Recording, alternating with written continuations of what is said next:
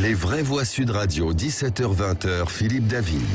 Retour des vraies voix avec Philippe Bilcher, Céline Pina et Luc Gras. Françoise Degois a soulevé le problème hier dans son édito du Grand Matin de Sud Radio. Dans une campagne normale, eh bien, il y aurait tous les jours, et honneur à Sud Radio de le faire, tous les jours il y aurait des sujets sur le scandale McKinsey. Non seulement sur la facturation, 1 milliard d'euros Mazette, mais également sur les liens intimes, bien avant 2017, qui unissent le directeur général de McKinsey, c'est-à-dire Karim Tadjedine, et Emmanuel Macron. Ils siégeaient ensemble à la commission Attali.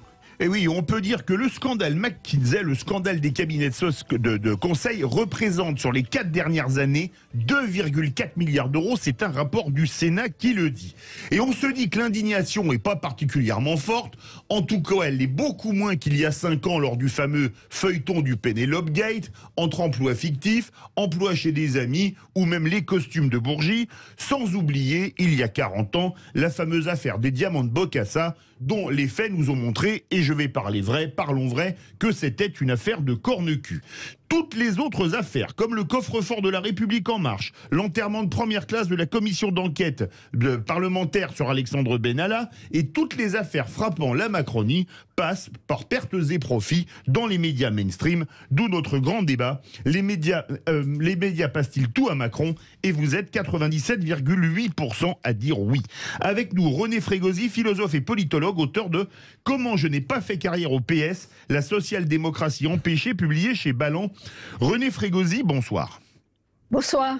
On a l'impression que pour Emmanuel Macron et la Macronie, tout est open bar. Et quand on se souvient comment c'était pour François Fillon il y a 5 ans, on se pose quand même des questions. Oui, non, mais c'est vrai, les auditeurs ont raison de le considérer aussi. Mais je crois qu'effectivement, avec la présidence d'Emmanuel Macron, et on le voit bien avec cette nouvelle campagne électorale, en fait, on a atteint le summum de la technocratie, c'est-à-dire la mort de la politique. C'est-à-dire, il n'y a qu'une seule solution, il n'y a pas de choix. Et donc, eh bien, il est là, il a du charme, il a plein de qualités, et donc on suit. Et les médias, sauf certains médias, effectivement, spécialement poil à gratter, suivez mon regard, mais les médias, les grands médias, mainstream, comme on dit, sont suivistes. Effectivement, ils suivent le courant. Philippe Bilger. Ah, Philippe Bilger, il y a un problème de liaison. Céline Pina. Oui, en fait, il faut voir que ces questions avec McKinsey se sont posées dès la première élection, dès 2017. En fait, on a Le Canard enchaîné et Politico qui font sortir 2 affaires qu'on va appeler les Macron Leaks, qui racontent comment Macron, a construit, disons, sa prise de pouvoir, aidé et épaulé par McKinsey, qui à l'époque explique qu'il le fait pro bono, autrement dit de façon gratuite, parce qu'il croit en l'avenir de ce jeune président, sachant que quand vous faites quelque chose de gratuit, c'est qu'en général, vous comptez bien vous faire rémunéré par ailleurs. Et on a vu ensuite McKinsey intervenir, je le rappelle, dans la politique, par exemple, vaccinale. Mais allons plus loin, on sait qu'il est intervenu sur les questions de défense, on sait qu'il est intervenu sur énormément de questions régaliennes. Et c'est là où ce que dit René Frégosi prend tout son sel. C'est-à-dire que McKinsey, c'est l'idée extrêmement technocratique que face à chaque problème, vous avez des moyens à mettre en œuvre pour arriver à la solution.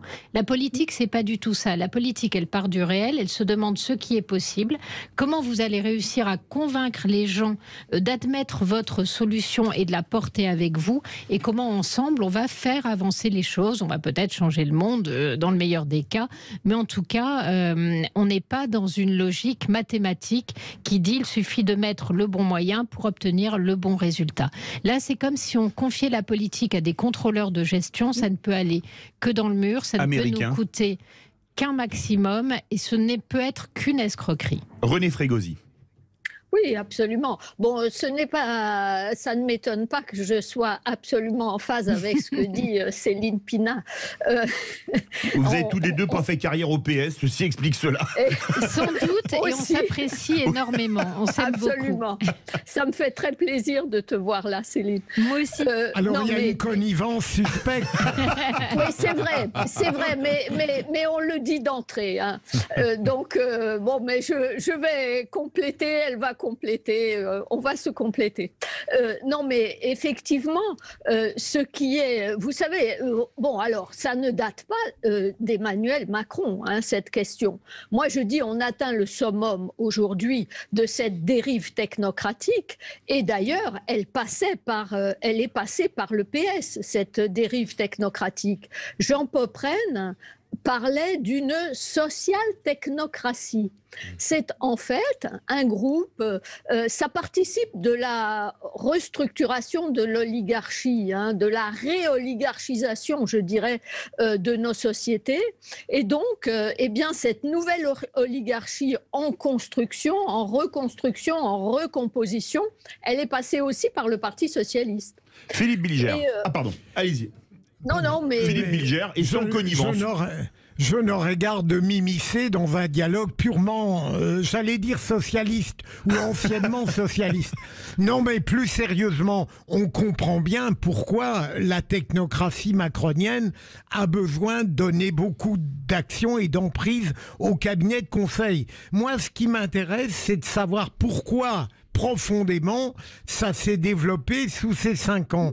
Alors, je crois d'abord qu'il ne faut pas occulter le fait que le responsable, par exemple, de McKinsey, a été très présent dans les fondations d'En Marche et dans l'organisation de sa campagne. Ensuite, je continue à penser que Emmanuel Macron n'est pas épargné pour tout, mais qu'il bénéficie d'une étrange révérence acide de la part des médias. C'est-à-dire que à la fois on sait que certains de ses agissements et de ses soutiens frôlent le transgressif, mais on n'ose pas dire qu'ils le font.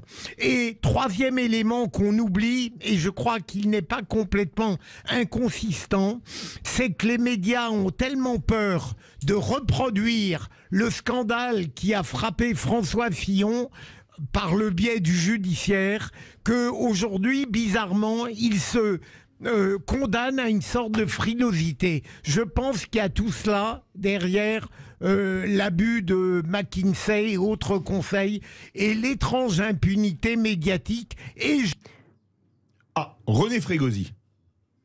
Oui, non, mais bien sûr, ces connivences, bon, elles sont certainement connues des journalistes, en effet, mais je crois que ce qui est symptomatique, c'est que en fait, ça ne choque plus. Ça ne choque plus parce que on a pris l'habitude de dénigrer les services de l'État. Hein, je vous rappelle, alors vous allez dire encore que c'est du socialiste, mais dégraisser le mammouth, c'était sous Lionel Jospin, hein, déjà. C'est-à-dire qu'on dénigre les services de l'État. Comme en Amérique latine, on considérait qu'il fallait en finir avec les États mammouths, justement. Et après les dictatures, on a été chercher des ONG pour faire le service de l'État défaillant. Et par chez nous, on considère effectivement que l'État est défaillant et donc on va chercher dans le privé. Alors, c'est plus les ONG, c'est le privé, mais l'esprit est le même, c'est-à-dire dénigrer l'État, dénigrer la capacité de l'État à administrer finalement un pays. Et alors, en plus, s'ajoute évidemment, comme c'est du privé, cela dit avec les ONG aussi, hein, il y avait du financement des ONG, hein, bien entendu. Mais là, avec le secteur privé, c'est encore plus énorme, sans doute comme élément. Mais on s'est habitué. On s'est habitué, je crois. Philippe Bilger, très court. Très court, René Frégosi, là où je ne vous rejoins pas, je ne crois pas que l'État, en tout cas dans cette affaire, ait décidé parce qu'il s'estimait incompétent ou impuissant, de confier. Je pense que c'est délibéré, c'est-à-dire qu'il compte sur ses cabinets de conseil pour mettre en avant parfois des décisions ou des mesures provocatrices que lui-même n'a pas l'envie d'assumer parce qu'il sait qu'elles seraient très fortement contestées. René Frégosi en 15 secondes. Non, mais l'un n'empêche pas l'autre. Si vous voulez, dans une ambiance, dans une atmosphère générale de mépris des services de l'État, vous allez avoir un terrain favorable à ce que vous dites. C'est-à-dire, effectivement, on va utiliser aussi les services du privé pour proposer des solutions qu'on n'oserait pas forcément proposer directement. C'est pas du tout incompatible. Les vraies voix, 18h41, notre grand débat, les médias passent-ils tout à Macron? Vous êtes 97,8% à dire oui. On se retrouve tout de suite avec Luc Gras. Les vraies voix Sud Radio, 17h-20h, Philippe David. Retour des vraies voix avec Philippe Bilger, Céline Pina, Luc Gras. Les médias passent-ils tout à Macron? Vous êtes 97,8% à dire oui. Notre ami Luc Gras pour interpeller René Frégosi. Oui, non, je veux simplement dire en introduction que la manipulation, ça marche, ça a toujours marché. Les diamants de Bokassa en 81 ont abouti à l'élection de François Mitterrand et François Fillon a fini tragiquement en 2017. Donc c'est important, c'est que la manipulation, ça marche. La manipulation est toujours en marche. Premier point. Deuxième point, c'est assez grave ce qui se passe, pour reprendre donc et poser éventuellement une question. C'est que en fait, c'est le tragique de cette idée qu'il n'y a pas besoin de la droite et de la gauche dans ce pays. Or, la droite et la gauche correspondent à une histoire collective. La droite avec une approche plus par les personnes, la gauche plus par le collectif. À partir du moment où on a une vision entre les deux qui est plus technocratique, ça ne permet plus l'alternance sereine entre la droite et la gauche de gouvernement, et ça réintroduit le « où vous votez » pour moi, ou alors c'est le chaos ou l'extrémisme. Et donc ça, c'est très important, c'est que la fin de l'alternance possible met en cause le fonctionnement démocratique de la Ve République. Et je voudrais dire en conclusion que on arrive à ce moment-là, une sorte de patchwork qui va de Chevènement à Valls, en passant par Solaire, etc., etc. On va le voir dans les semaines qui viennent, ils vont tous venir à la soupe. Et alors, on n'est plus du tout dans une démocratie, on est plutôt à ce moment-là dans la cour du roi qui n'a rien de transgressif. Vous voulez un mot très court, c'est mieux. Oui, c'est simplement pour dire qu'au moment où Fillon tombe, à ce moment-là, il y a une opposition Fillon-Macron qui fait que la presse peut, entre guillemets, tuer Fillon, puisque de toute façon, c'est Macron qui sera élu. Aujourd'hui, la presse n'a plus les moyens de faire son travail, tout simplement parce qu'elle estime que si elle met en cause Macron, elle va donc servir les intérêts de Marine Le Pen et basculer du camp du bien au camp du mal. Donc on ferme les yeux sur les agissements démocratiques parce qu'on estime que c'est se protéger d'un possible totalitarisme. C'est ridicule et surtout, la presse ne fait plus son travail. René Frégosi, vous êtes d'accord avec notre ami Luc Gras et Céline Pina qui en a remis une louche? Non, mais tout à fait. Je crois là, ce soir, on est absolument tous d'accord.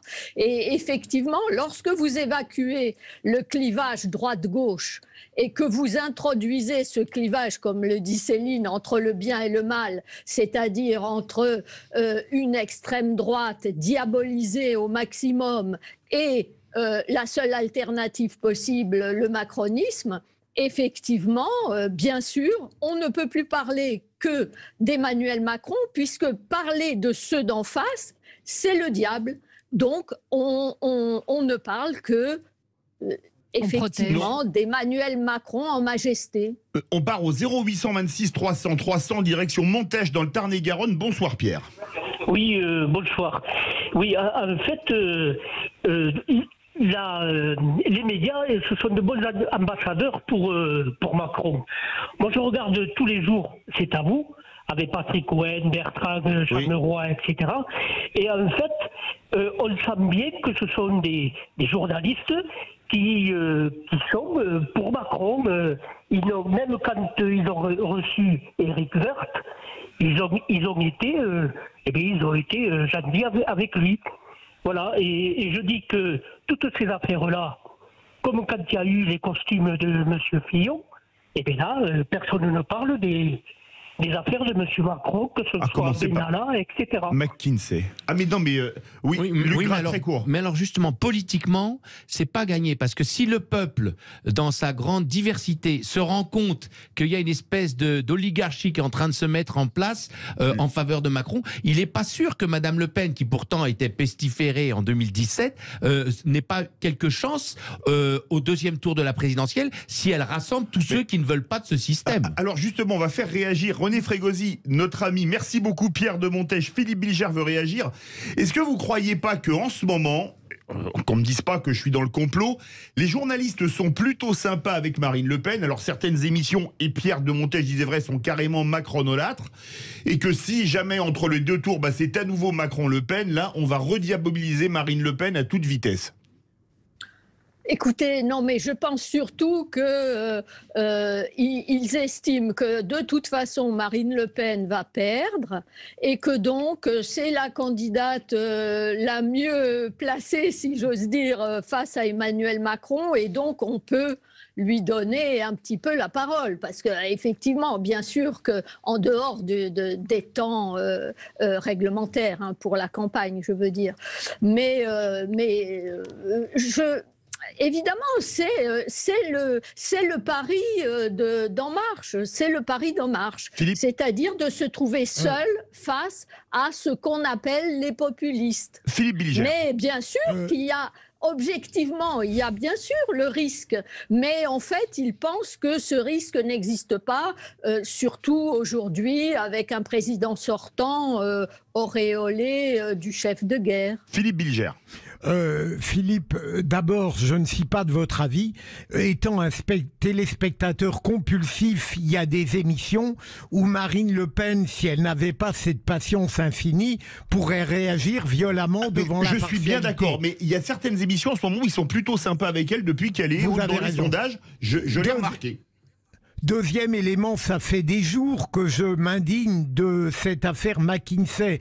Partout, je peux parler CNews, TikTok, Twitter, Sud Radio, et quelqu'un qui est réactionnaire, qui s'accorde avec notre chroniqueuse socialiste, l'affaire est Françoise de Gois, donc c'est forcément qu'on a raison. Et troisième élément, très vite, je suis frappé de voir à quel point l'impavidité du pouvoir est considérable, comme s'il n'y avait rien à craindre, rien à risquer. Et la justice, j'avais cru qu'elle s'était mise en branle. On m'avait laissé annoncer quelque chose, mais non, elle bouge pas. Elle bouge pas. Luc Gras, très court. Très court. En politique, chacun le sait, l'outsider peut être le vainqueur. J'en prends l'exemple de Chirac en 95 qui était complètement au fond du trou. Et le fait qu'il ait incarné l'outsider peut être le vainqueur. Justement, René Frégosi, pour répondre à Philippe Bilger et à Luc Gras.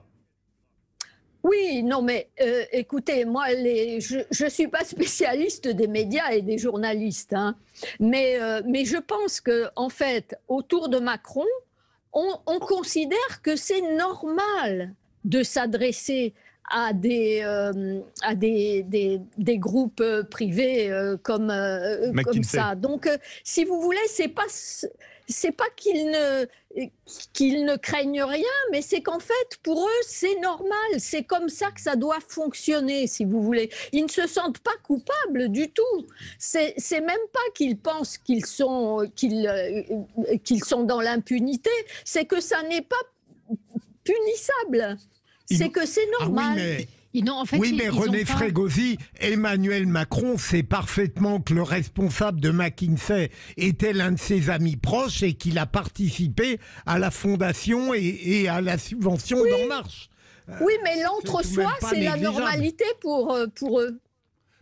C'est surtout que dans toute cette affaire, ils évacuent complètement la notion d'intérêt général. Et l'intérêt général, c'est ce après quoi court la démocratie. Et c'est ce qu'il faut naître dans l'état d'esprit des citoyens.